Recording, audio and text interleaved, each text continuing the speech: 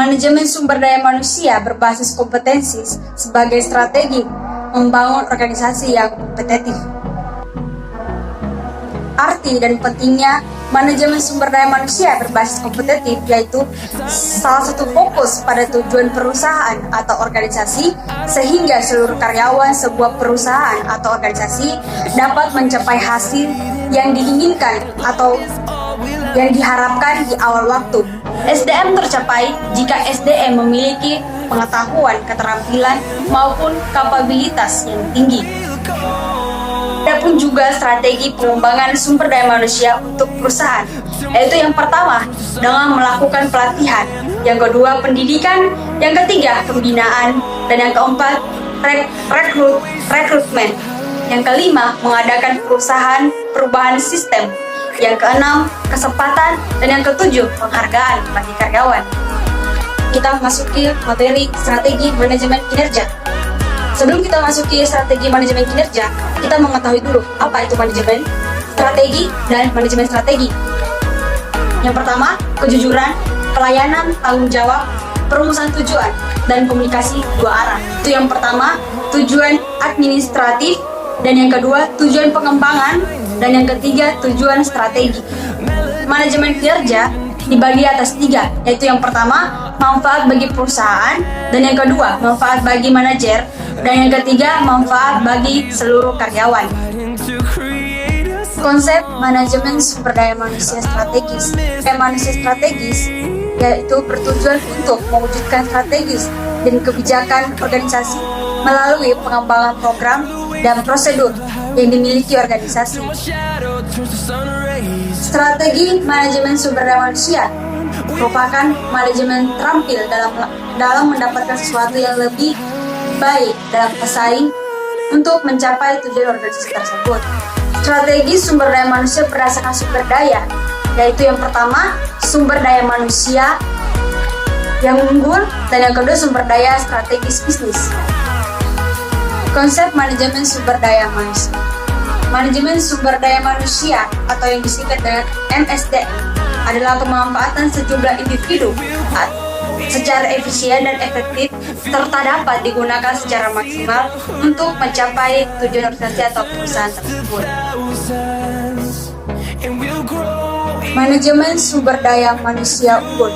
Pada dasarnya, sumber daya manusia unggul adalah sumber daya yang paling diandalkan, bisa melakukan hal apapun yang dimiliki nilai lebih daripada orang lain lakukan, mampu bersaing dan memiliki skill yang kebanyakan orang lain tidak memiliki dan dilandasi oleh sifat dan karakter yang terpuji.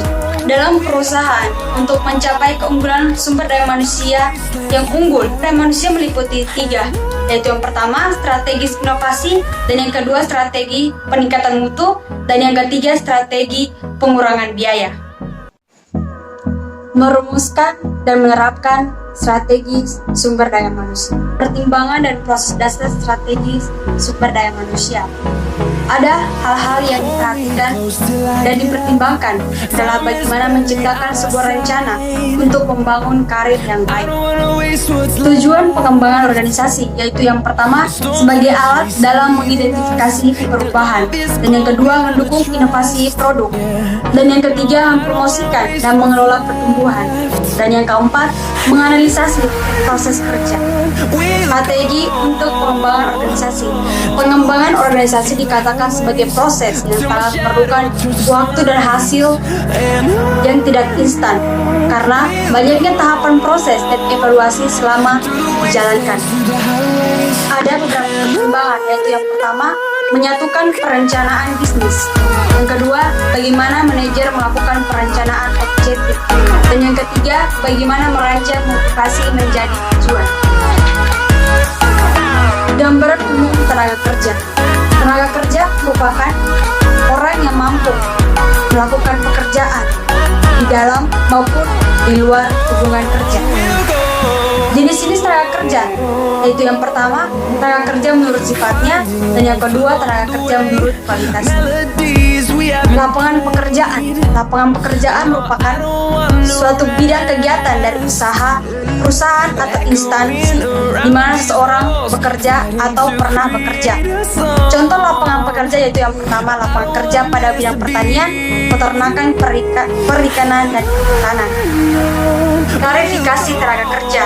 Klarifikasi tenaga kerja berdasarkan penduduknya, yaitu yang pertama tenaga kerja dan yang kedua bukan tenaga kerja. Berdasarkan batas kerja, yaitu angkatan kerja dan bukan angkatan kerja. Kesempatan kerja dapat dibedakan menjadi dua golongan, yaitu yang pertama kesempatan kerja permanen dan kesempatan kerja temporer. Adapun juga sistem upah. Nah, sistem upah ini digolongkan menjadi dua, yaitu yang pertama sistem upah menurut waktu dan sistem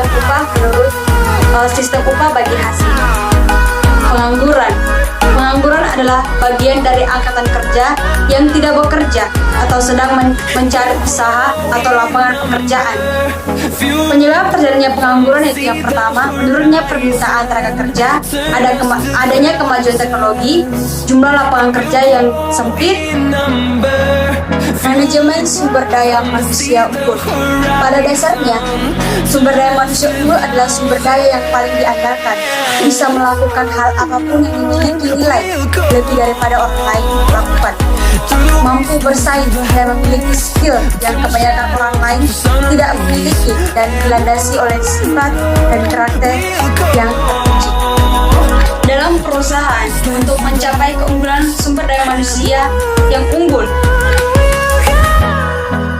sumber daya manusia meliputi 3, yaitu yang pertama strategi inovasi, dan yang kedua strategi peningkatan mutu, dan yang ketiga strategi pengurangan biaya. Adapun cara-cara untuk mulai dari diri sendiri dalam menerapkan kata bacot dalam lingkungan kehidupan sehari-hari, yaitu yang pertama B yang bermakna belajar, yang kedua A yang bermakna analisis, C yang bermakna cermati, O yang bermakna obrolin, dan T yang bermakna terapkan. Dalam sebuah perusahaan bukan hanya SDM yang unggul, tapi juga ada seorang pemimpin.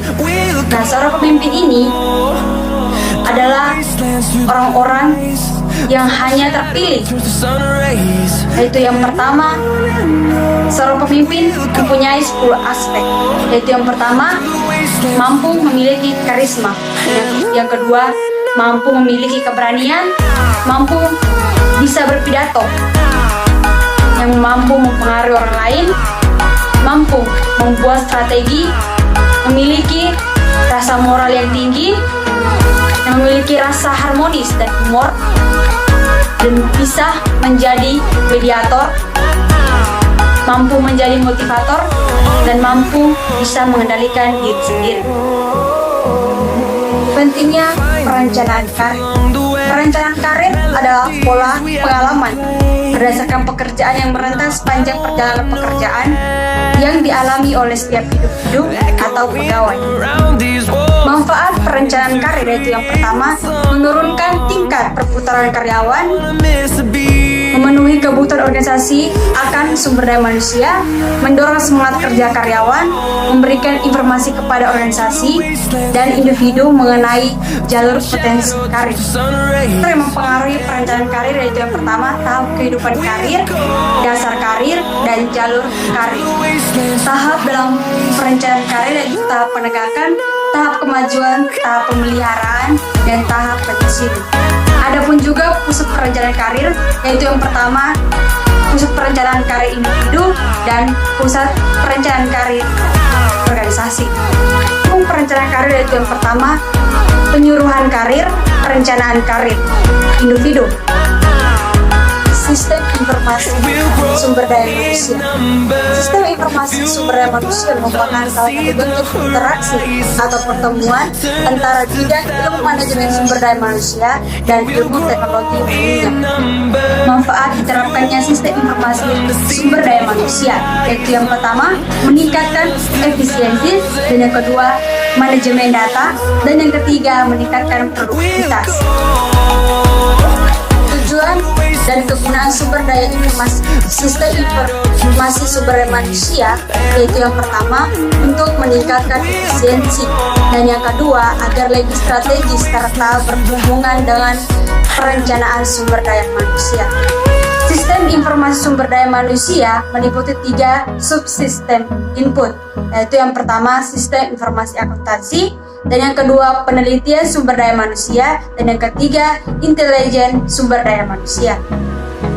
Proses sistem informasi yaitu yang pertama isi database, dan yang kedua lokasi database, dan yang ketiga pemasukan data. Mungkin hanya itu saja video dari saya. Jika ada kesalahan atau kata-kata yang kurang berkenan di hati para penonton, dengan segenap hati saya minta maaf. Assalamualaikum warahmatullahi wabarakatuh. Salam kebajikan, salam sejahtera.